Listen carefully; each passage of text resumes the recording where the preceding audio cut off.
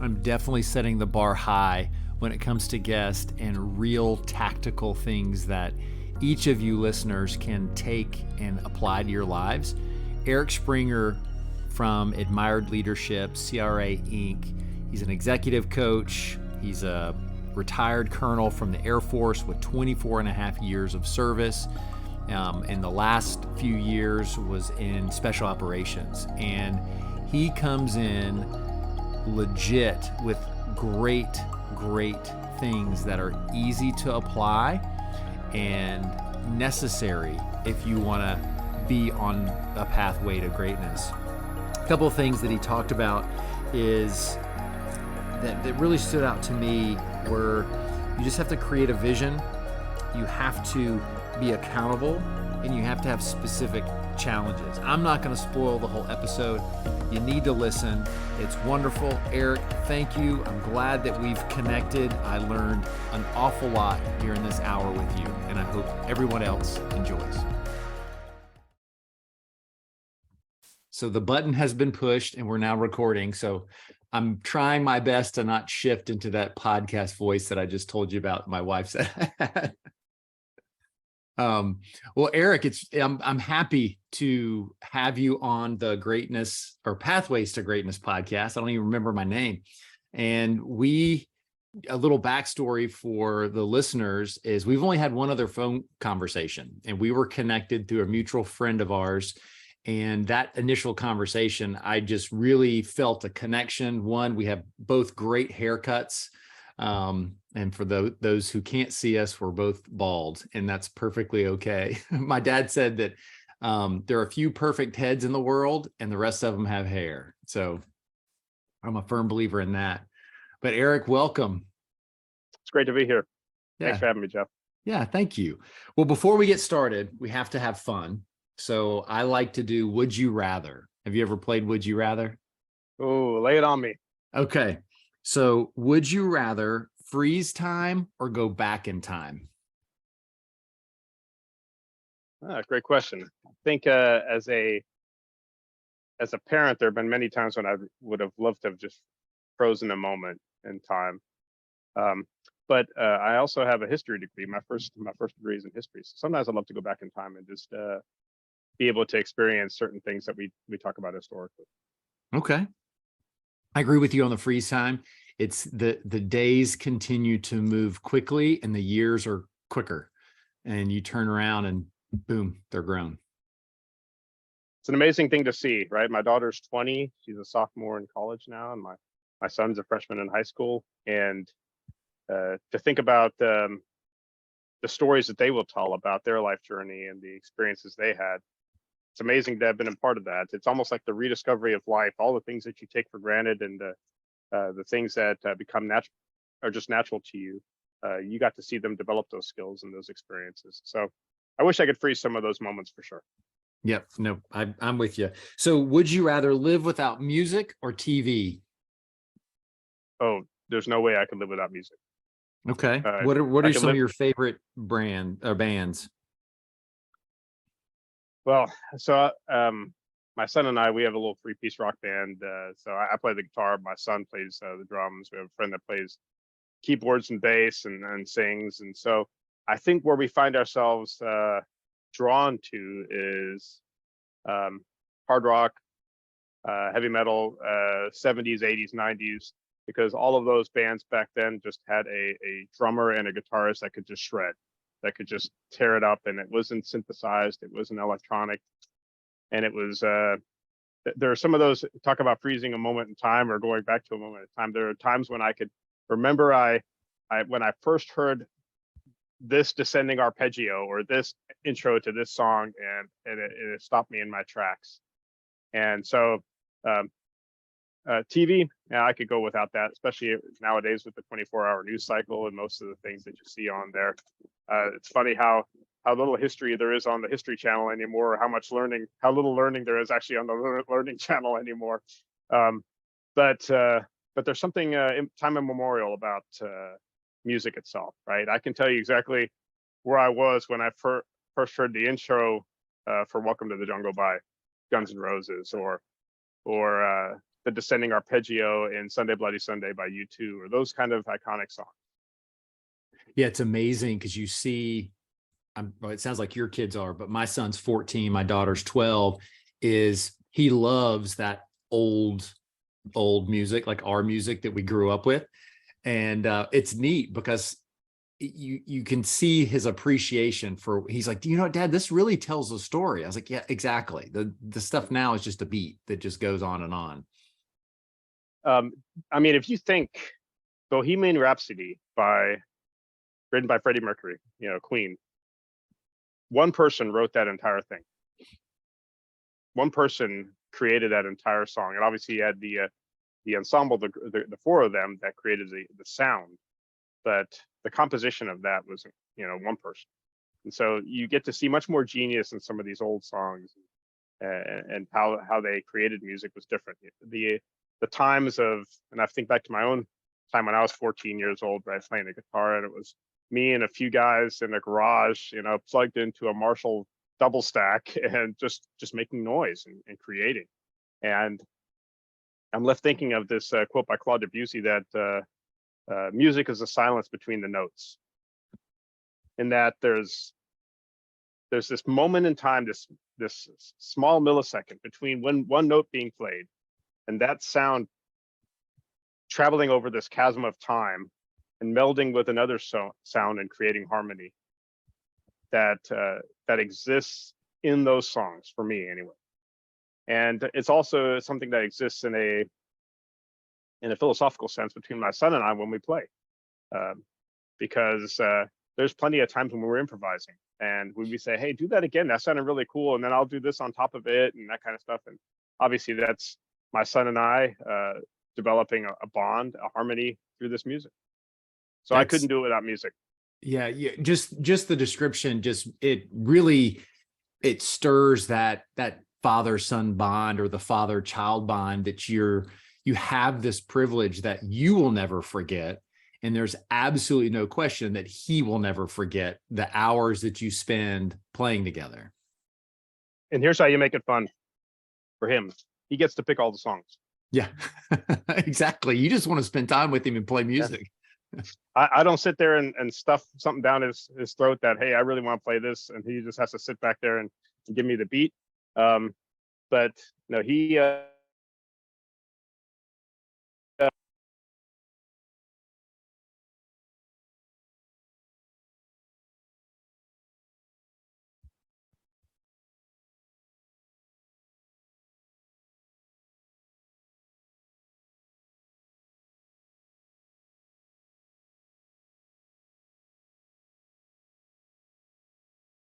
I think I paid the phone bill. Hopefully I'm still here. I gotcha.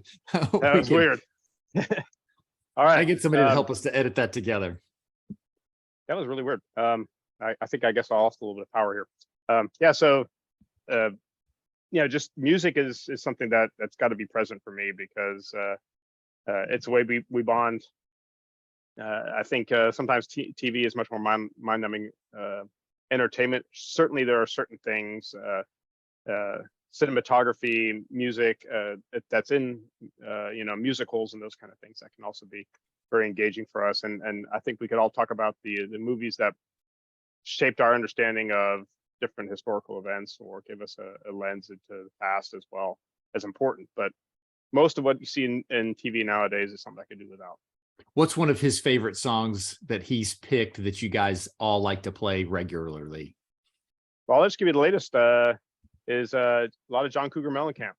Oh.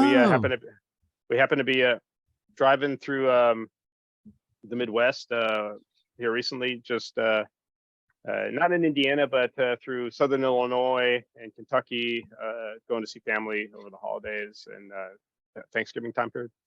And so that got us thinking about the music that kind of came from this part of the country, right? And obviously John Mellencamp wrote all of his songs, Small Town, Cherry Bomb, all those kind of things were kind of based on his childhood in this area, right? So for us, Cherry Bomb was a song he picked, and it's just got a great beat, and it's got great opportunities to improvise. And outside of that, you'll see us going everywhere between Journey to Kiss to Green Day to what else is on there? Oh, from the 90s, a little bit of Three Doors Down, everywhere in between. That's great. That's cool. All right. Let's see. You need to list that on your LinkedIn. That's not there. You speak 3 languages, but I had no idea you played the guitar. I guess that's a 4th language, right? It 100% is. And I can't do any of them. So I barely can do the English language, much less anything else. Always an opportunity to be impressed, especially when you're watching somebody play music. My son, I could not do what he does on the drums, right? Obviously, I have 2 appendages I have to worry about. He has 4, and it's all left side and right side of brain and all that.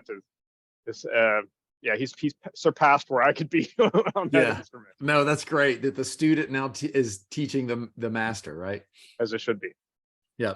Okay. So knowing that you like athletics, you have 3 to choose from. Would you rather run, bike, or swim? So I'm a triathlete, right? So I do know. all 3 of those. You got to pick one. I jokingly say that the way it usually goes is I say don't drown, don't crash, and don't walk is the rules on a triathlon. And most of the time you find yourself that when I'm in the water, I keep on saying, man, I can't wait to get out of the water. And then I get on the bike and I say, I can't wait to get off the bike. And then I'm on the run. I say, I can't wait to be done with this thing. So I think I would probably lean towards cycling more than anything. Okay. All right. And the last fun one before we get into the real stuff is, would you rather have pizza or tacos? Yeah, it's got to be pizza. Okay. What kind? Tacos are good too. I hate to say that. That's a tough one there because it's hard. It's like picking your favorite child. It's like I think if you've ever heard of the El Arroyo, my home record, I guess you could say, is in Texas, and El Arroyo is a Mexican restaurant in Austin, Texas, and they're famous for their marquee, which always has these snarky and very kind of current, up to date, comments on it. And one of them is that essential oils are the things that drip out of tacos, right? So, and I think that's probably true.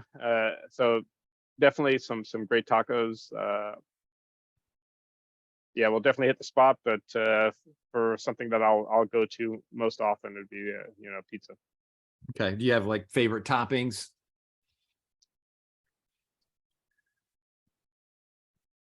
Can't give you that there's a great one. I mean, I'm going to sound pretty plain with some good pepperoni and some good sausage and that kind of stuff. But yeah, there's growing up in Europe myself, I prefer like the Neapolitan style, the Naples style pizza. So yeah, I'm with you on that one. Well, thank you. That was awesome. I really enjoyed that. And so far, asking people these questions has revealed a lot for me, and it's created fun conversation. So I appreciate it. Yeah, happy. It was fun. Yeah. So we talked a little bit beforehand about pathways to greatness. And, what we had talked about is that everybody's definition of greatness is different, and everybody has different pathways that they follow to get there. Because the biggest eye opener for me is, as I continue to journey through life is not linear. It's not one straight line. It's just all twists and turns, ups and downs, obstacles, rocks, roots, mud, water, everything. And so what I'd love to ask you to get started is, what would you say your definition of greatness is? So that's an intriguing question. I would say for me, greatness is something that's defined individually. And it's something that's intangible. And it's a product of self-discipline, of focus, courage, and often relentless self-improvement. It's behavioral. It's not psychological.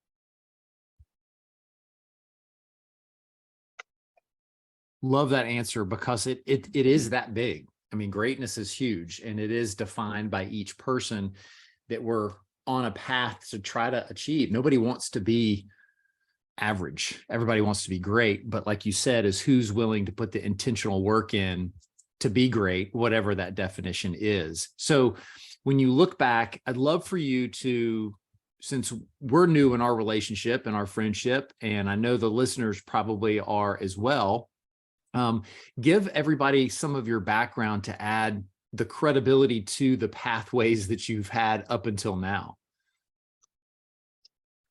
So I grew up over in Germany. My mom is German, and immigrated to America. She did when she was about 21 or so, and obviously married an American, and that's how I came into being. But I grew up over in Germany and moved to America when I was about 11. And I grew up during a time over in Germany when you had the Cold War, you had the Berlin Wall, and those kind of things. And those were significant motivators for me to go into the service and to make a difference and an impact on the behalf of freedom. And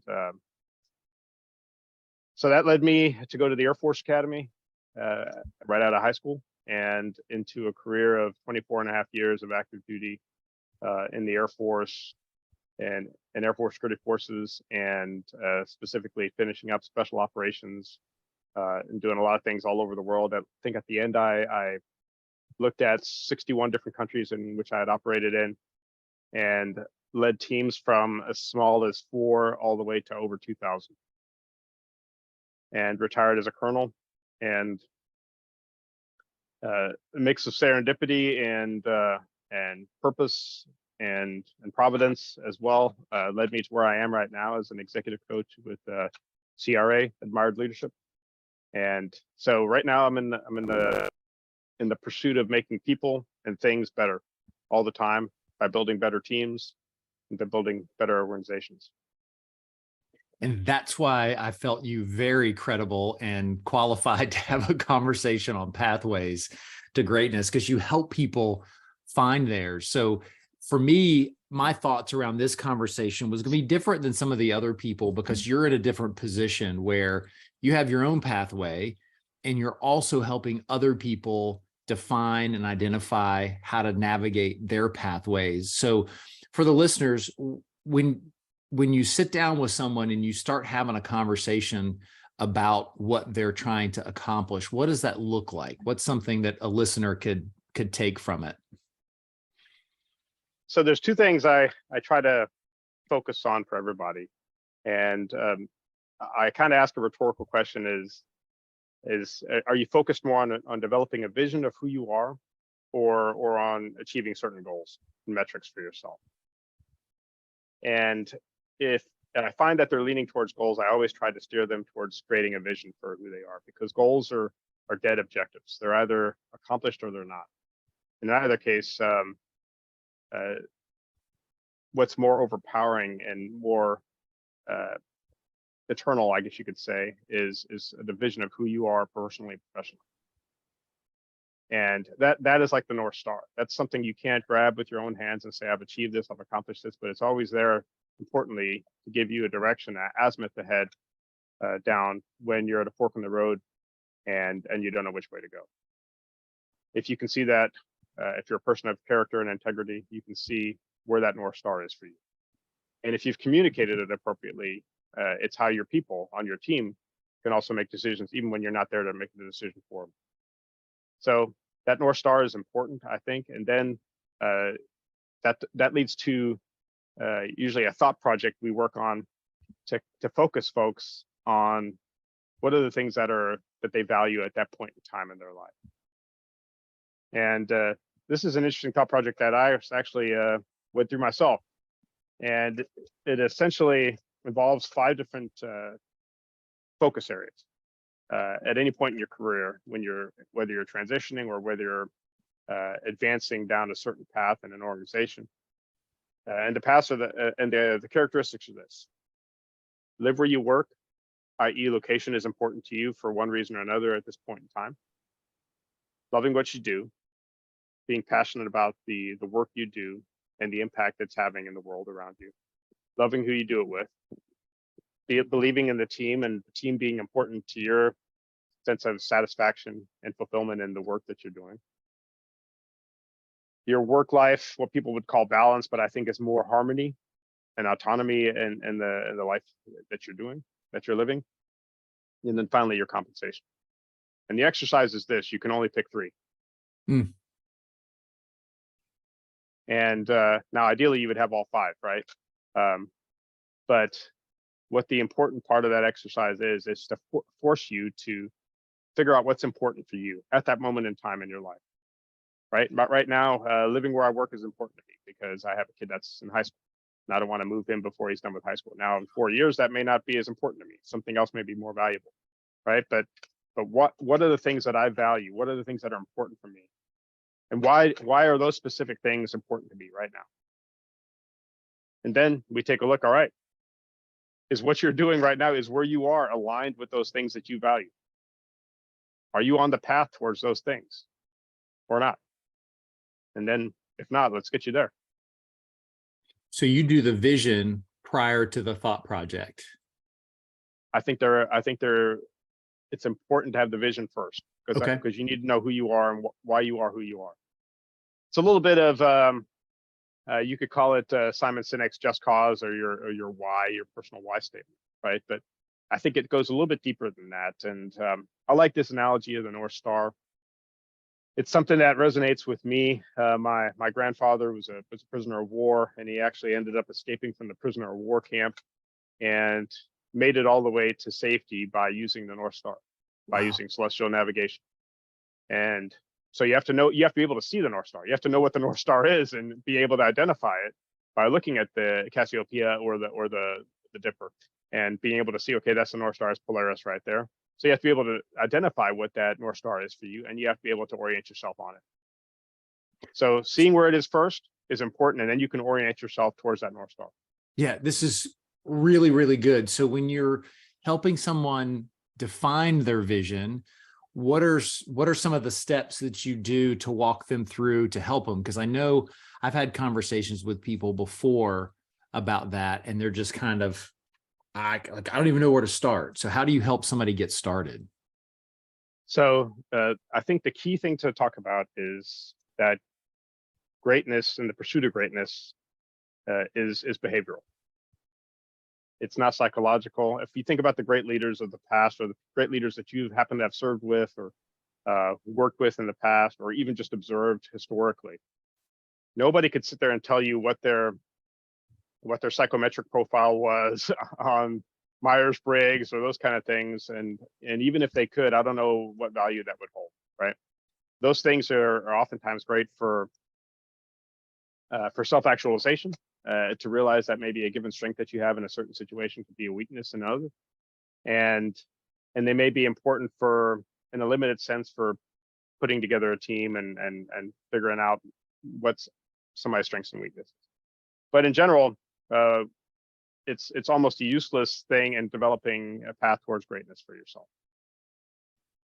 What really defines that is your behaviors, your actions. And the same thing when you look at the best leaders that you've seen out there, we know what they did, not necessarily what their psychometric profile was on the Disper or the Hogan or any of that kind of stuff. We know what they did. And so those are the things to focus on, the things that you can put into practice, the things that you can make a behavior and a routine and a ritual every single day. And there's a lot of things that are written about this, obviously, Atomic Habits and so on. You know, we'll talk about the 2-minute rule and things that you can do for just a couple of minutes to build up this cadence over time of obviously keeping streaks alive as we develop this over time, right? So things become second nature to you, and it becomes something that you don't even think about anymore. It's just a habit.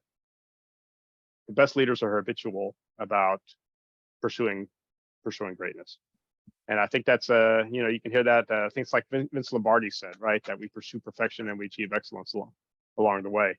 And I'm paraphrasing there, but it's the same thing with pursuing greatness. Best leaders out there on a relentless pursuit of improvement for themselves and for their organizations at all times. So it's all about creating habits. And I want the listeners, if you have to stop and hit the little 15-second rewind button a couple of times to hear what you had to say, it's all extremely valuable because it comes back to being intentional and being an active participant in your life. And so many of us, I'll include myself in that, there's times where you just feel passive. You just kind of go with the flow and just whatever life brings you.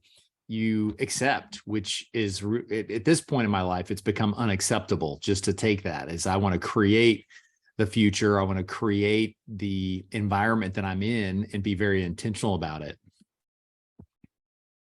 Yeah, absolutely. I don't think there's any better way to put it than you have to be intentional. Intentionality is key to this. And I love to think this is this didn't come from me, but I love this analogy, is that the graveyard is the richest place in the world, because that's where all the ideas that never saw the light of day are buried. That's where all the novels that should have been written are buried. That's where the innovations and the vaccines and the creations and the things that, if only we had had the courage to be intentional and to make those things realistic for any in any measurable way. Yeah, if only we had done that, they wouldn't be buried in the ground. Right. I love that. I just had to write that down. I've got to rewind this a ton of times, I think, to write everything down, because you're dropping lots of great, just real things that people can take a hold of and use, which I thoroughly appreciate, because that's the vision of the podcast.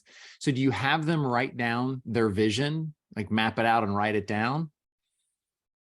I have them do that for themselves, not necessarily for me.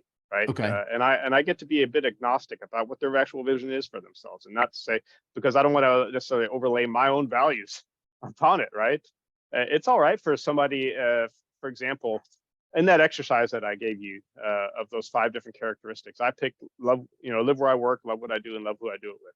Now, if somebody else would have picked work-life balance and compensation, and hey, at least let's be honest with ourselves. Those are important to you for one reason or another right now, and I'm not going to be judgmental with you about that. So it's fine for you to define a different vision of who you are and why you want to be heading down that path.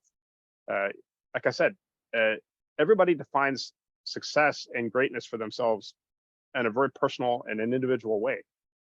And you need to do it, because if you don't, somebody else is going to define it for you and apply their own metrics of whether they think you're successful or not. But I love to look at the past, and I see that some of the most successful people out there were people that were by most contemporary sources at the time, seen as complete failures. And there are so many examples that I could almost lose count. We were talking about rock and roll earlier, and in the Rock and Roll Hall of Fame, there's every band that's in there has a section that's dedicated to their memorabilia. And I love this one thing that you'll see in the U2 section. There's a couple of framed letters, almost in the beginning of their section, from the middle of 1979. And it was their rejection letters from 2 different recording companies, less than a year before they released their first album. And obviously you're talking about the most successful band in the last 45 years, right? And so there's a couple of people whose only claim to fame is that their name is signed on a letter in the U2 section as having turned down U2. Talk about missing the boat, right? And you can see that with so many other artists as well, right? I think King George Strait, probably the most successful neo-traditionalist country music artist. I think he has 45 #1 hits. Was turned down by most labels until his last year, and he was doing ranch work and going back to his roots, I guess you could say, because he couldn't make ends meet, and he had one more opportunity and it worked out, right? And so Colonel John Boyd in the Air Force, right? He's this legendary fighter pilot that we still talk about, and he defined a lot of the operation in what's known as the OODA loop, and he was forced to retire as a colonel. And obviously there's so many more higher ranking people that promoted him that are completely forgettable, and he shook the boat and he rocked it hard, and that's why we remember him. And so I think in a larger sense, the bigger question we're talking about here is, what's your legacy? Mm-hmm. Um, is your legacy to quit? Is your legacy to be persistent and to be intentional, even if you don't see it in your own lifetime? Vincent van Gogh never saw any of the success that and the inspiration that his paintings brought to the world.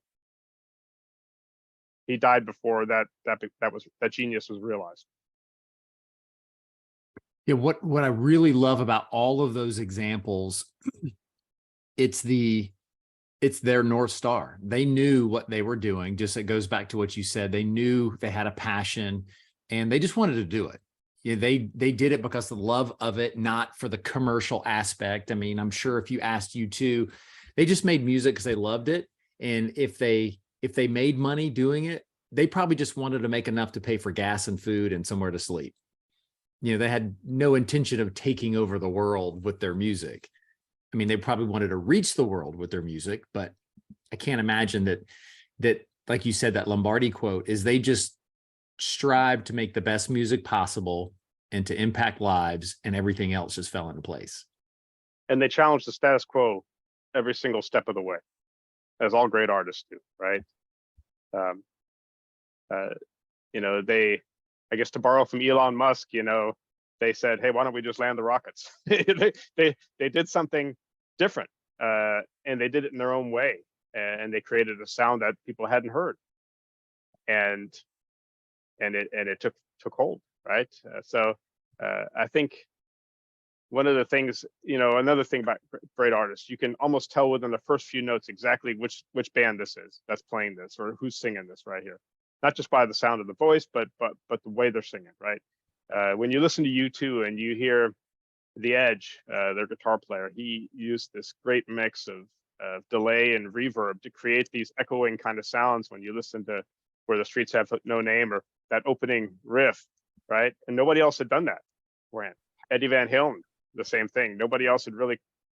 I mean, the first time I heard his guitar solo in Eruption, with the tapping that he was doing on the fretboard, I'd never heard that before in my life.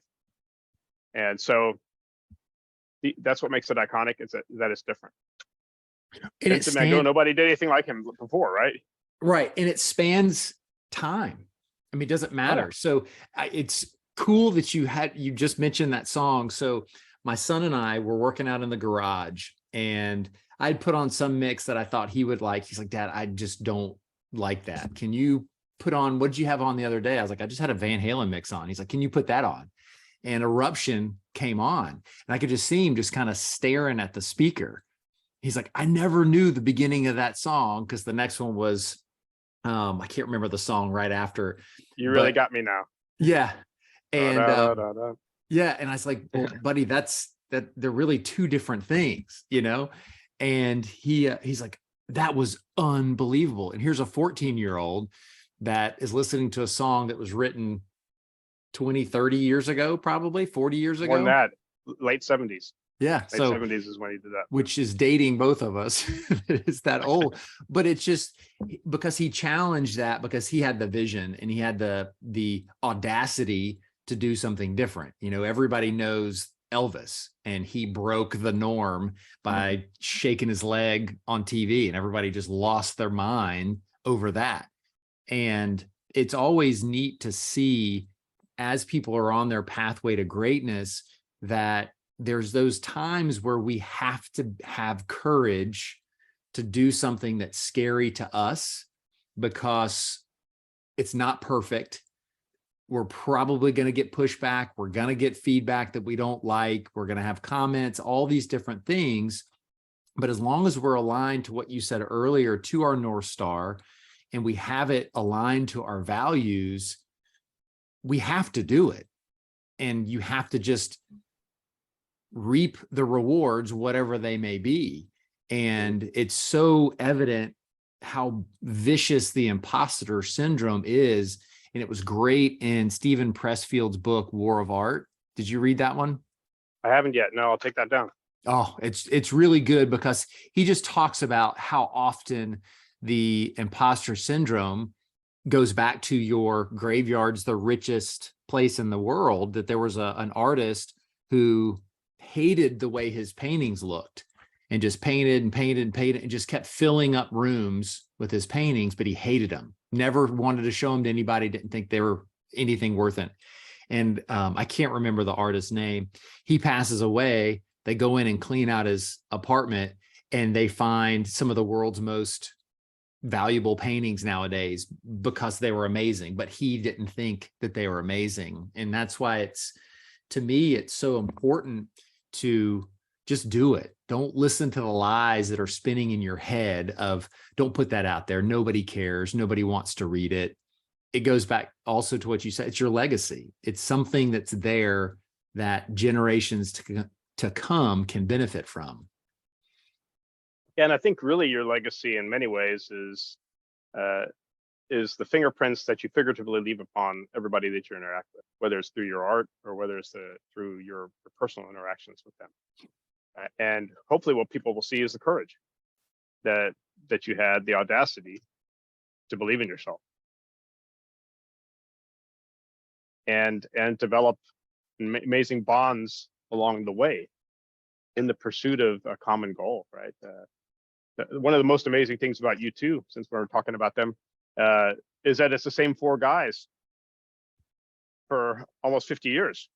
They went to high school together over in Ireland, taught themselves their instruments, and they're still making music together, current music nowadays, right? So I think being able to share that gift with others is what's amazing. That's so cool. I love it. So we get the vision, you do the challenging thought project. What would be the next steps that you do in helping people along their pathway? Accountability. What does that look like? We're going to commit to doing certain things behaviorally to make our lives better, to make ourselves more effective, to have a greater impact in the world around us. And oftentimes what you need is an accountability partner, somebody that's not going to take any of your excuses, any of your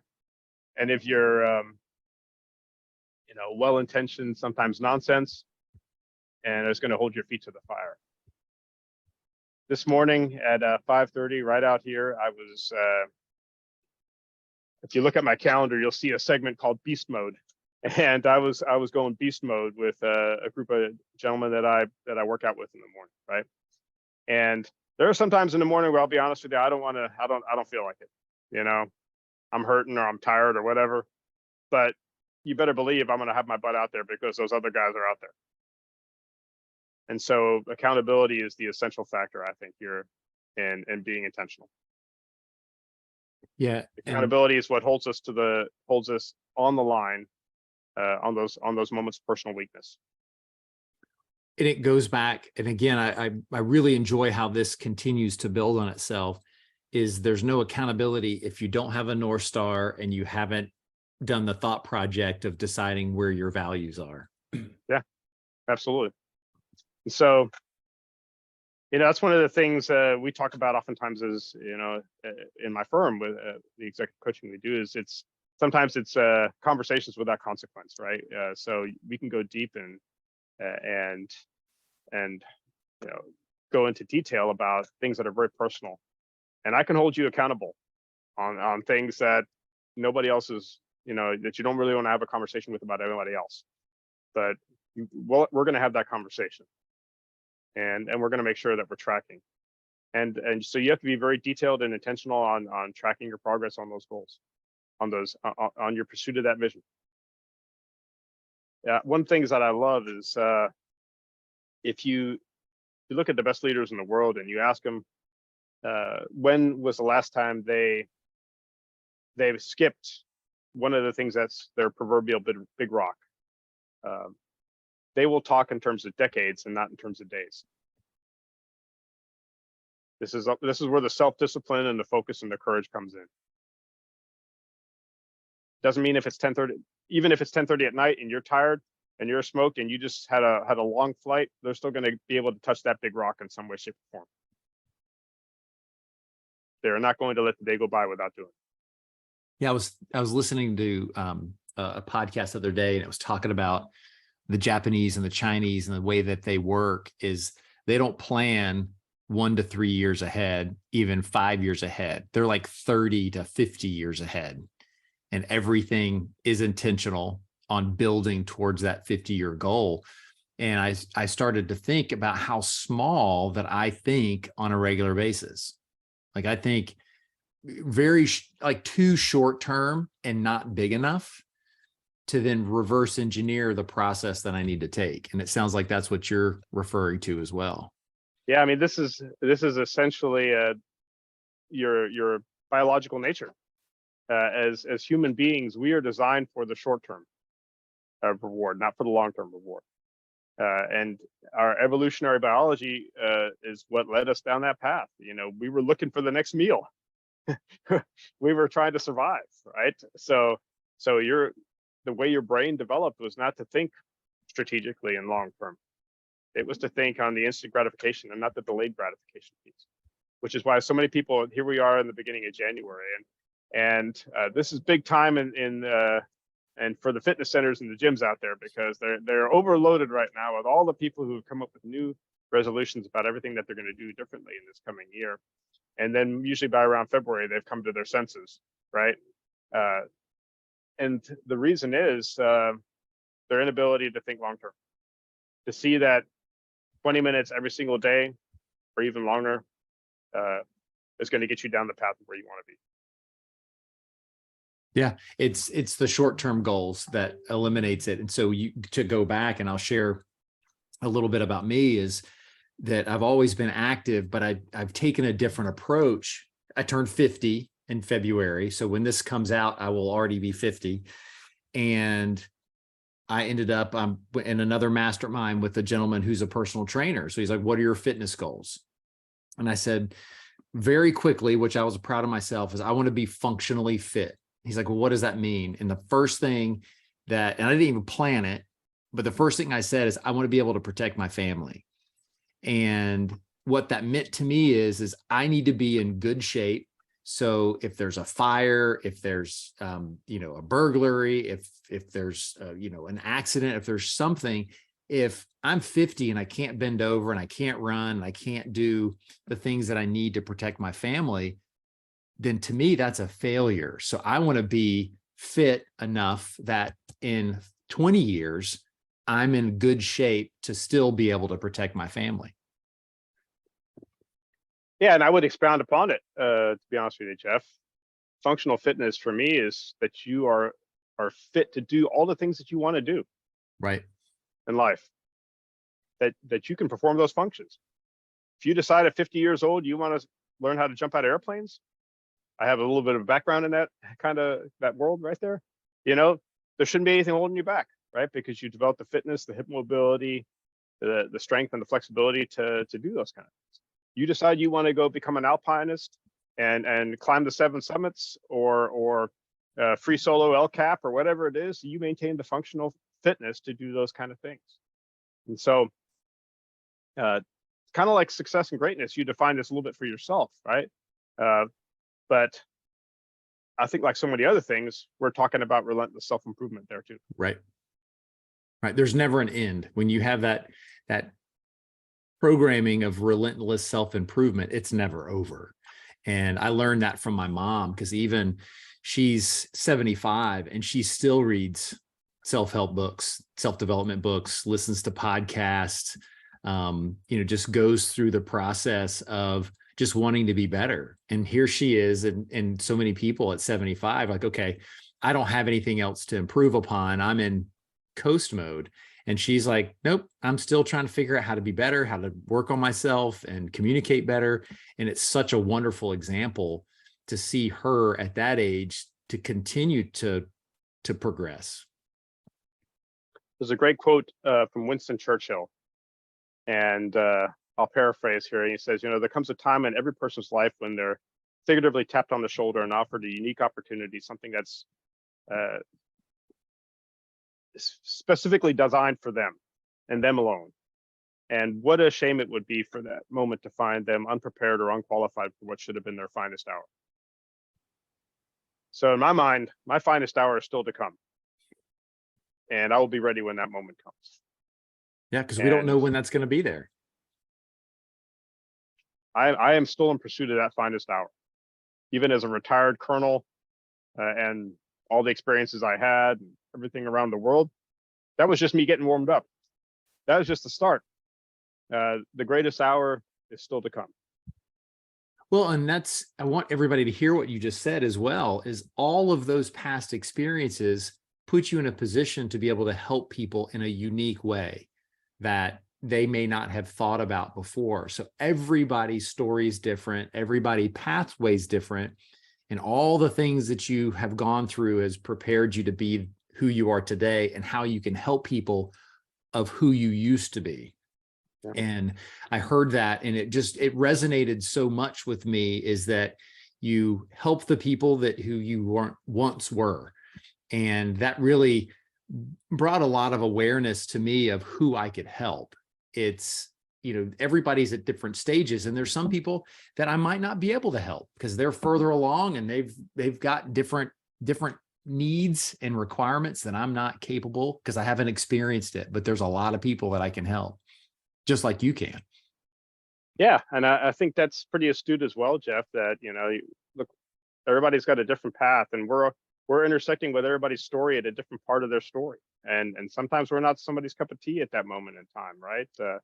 And so I think we have to be honest with ourselves about that. We're not going to be able to please everybody, and not everybody's going to agree, and that's all right as well. Right. It's the quote of, when the student's ready, the teacher will appear. And because I went through in 2019, I was just in a weird spot and I heard David Goggins, and it just resonated with me at that time. And which is not me. If you know me, I don't respond well to that type of direction and challenge. But at that point in my life, that was exactly what I needed to get on course. And I still like him and I appreciate his message, but it doesn't really get me rah to go run out the front door like it used to. Because you have, like you said, you have moments where different things are going to resonate, and different connections and conversations and things will make more impact than others. Yeah, I mean, I think that's one thing that is so important to consider when you're mentoring and developing other people and coaching and that kind of thing, is that it's a two-way street. You can't relentlessly pour yourself into another person if they're not willing to receive at that point in time. So it has to be, the timing has to be right. Exactly. You have to have the right answers too, but the timing has to be right. Right, for sure. So you held people accountable. Is there another step that you typically do in helping people on their pathway to greatness?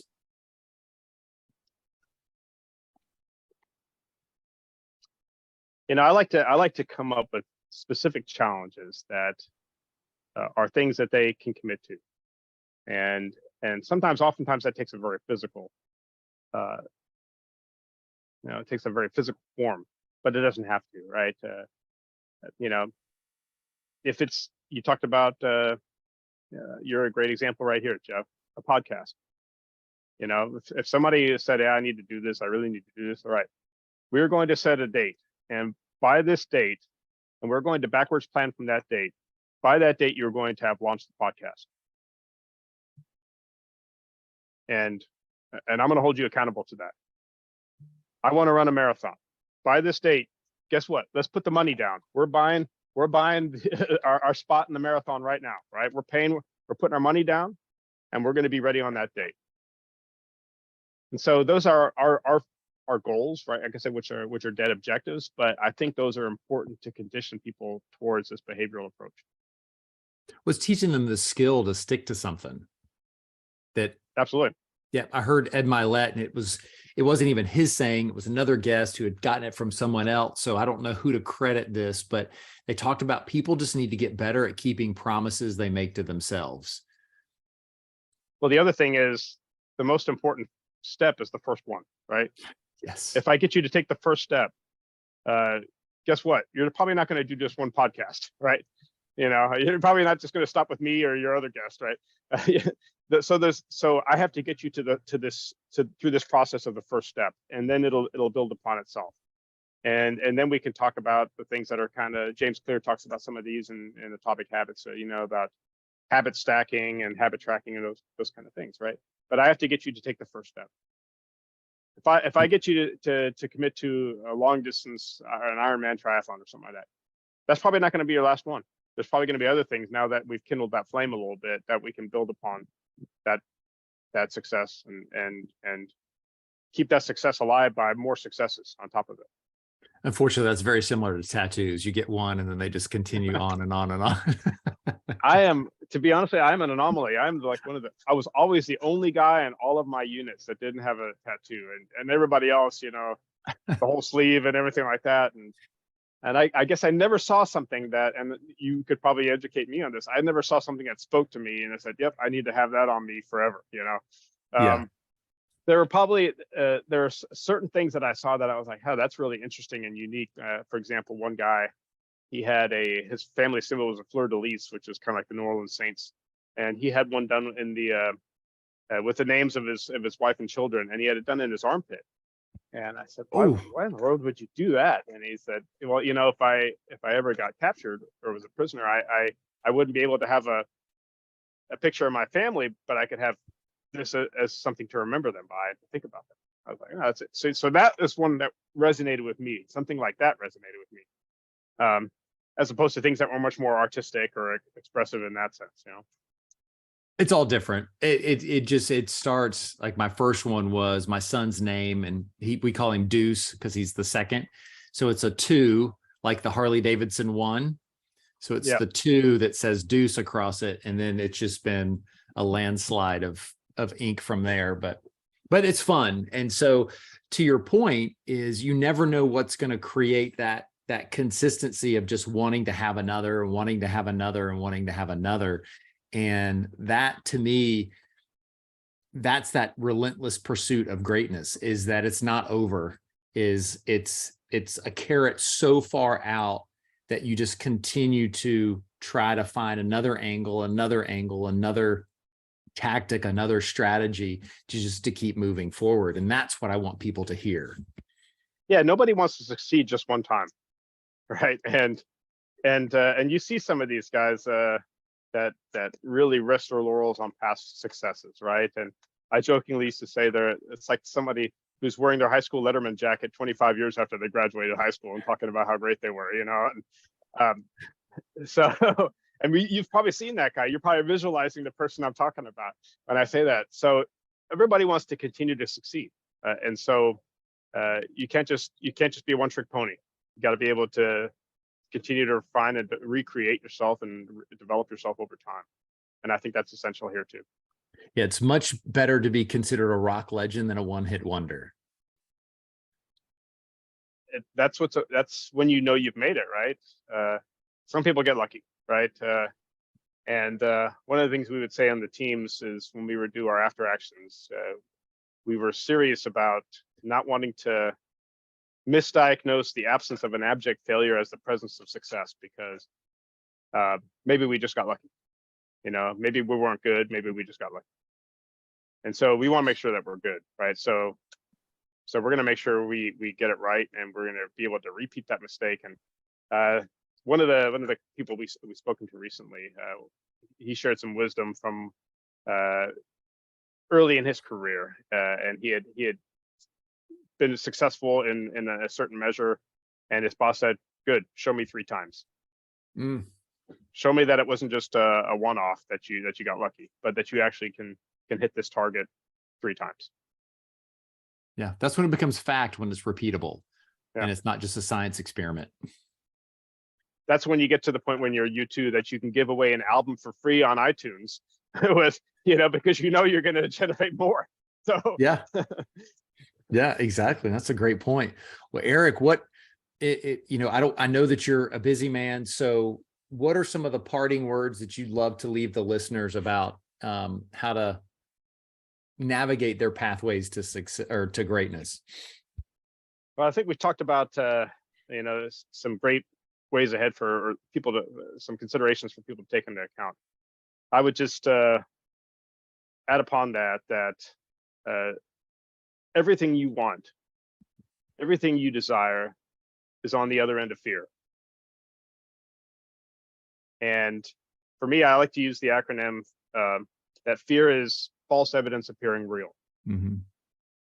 Mark Twain had a great quote, and I'll paraphrase again, that worry is paying interest on a debt you may not owe.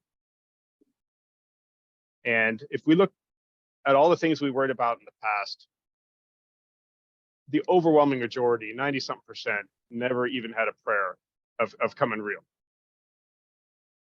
Everything you want is on the other end of that fear, of that false evidence appearing real. And then you got to do another acronym. You got to face everything and rise. I love it. I love it. Eric, thank you. Where can people find you on social? Are you on the social wagon? I am. I'm on LinkedIn and all the other LinkedIn, Facebook, all those kind of things. And obviously, yeah, under crainc.com, you'll be able to find our amazing firm, or admiredleadership.com as well. Okay. Awesome. What are you, just Eric Springer on Instagram and Facebook? Yep, Eric Springer. Okay. And you'll be able to see me if you're looking at Admired Leadership, and obviously the members there. That's where I'm at. Okay, awesome. Well, I'll put all the ways to connect with you in the show notes so people can find you. And I greatly appreciate it. I took tons of notes. I'm going to go back and listen to it again because I didn't want to just sit here and constantly write. Extremely valuable. Thank you. It benefited me, and I know it's going to benefit other people. Really happy to help, and really happy to spend some time with you today, Jeff. Awesome. Look forward to the next time already. Yes, sir. Appreciate you. All right. Thanks. Talk to you soon. Bye.